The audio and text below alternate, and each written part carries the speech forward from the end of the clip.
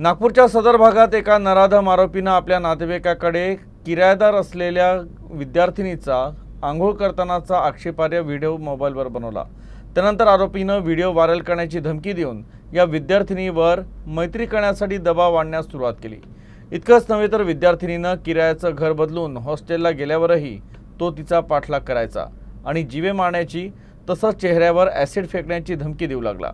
अखेर विद्यार्थिनीच्या तक्रारीवरून सदर पोलिसांनी आरोपीला अटक केली।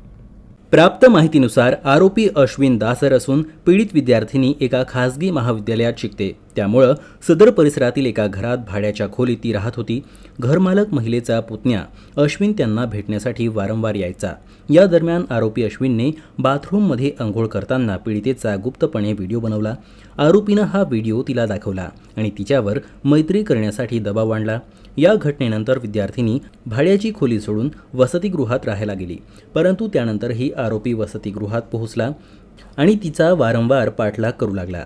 बुधवारी आरोपीनं विद्यार्थिनीची वाट अडवत तिला जीवे मारण्याची धमकी दिली आणि चेहऱ्यावर ॲसिड फेकण्याचीही धमकी दिली। त्यानंतर विद्यार्थिनीनं सदर पोलीस ठाण्यात पोहोचून तक्रार दाखल केली।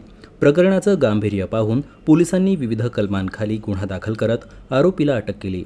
विशेष म्हणजे पोलिसांनी 15 तासांच्या आत न्यायालयात आरोपपत्र दाखल केलं आणि आरोपीला हजर केलं।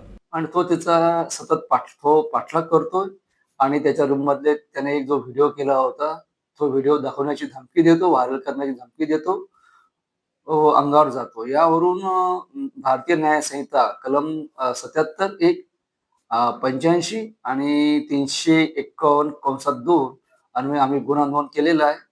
आरोपीला पकडलं आणि तात्काळ आम्ही 15 तासाच्या आतमध्ये संपूर्ण तपास करून माननीय न्यायालयामध्ये दोषारोपपत्र आरोपीसहित दाखल केलेलं आहे।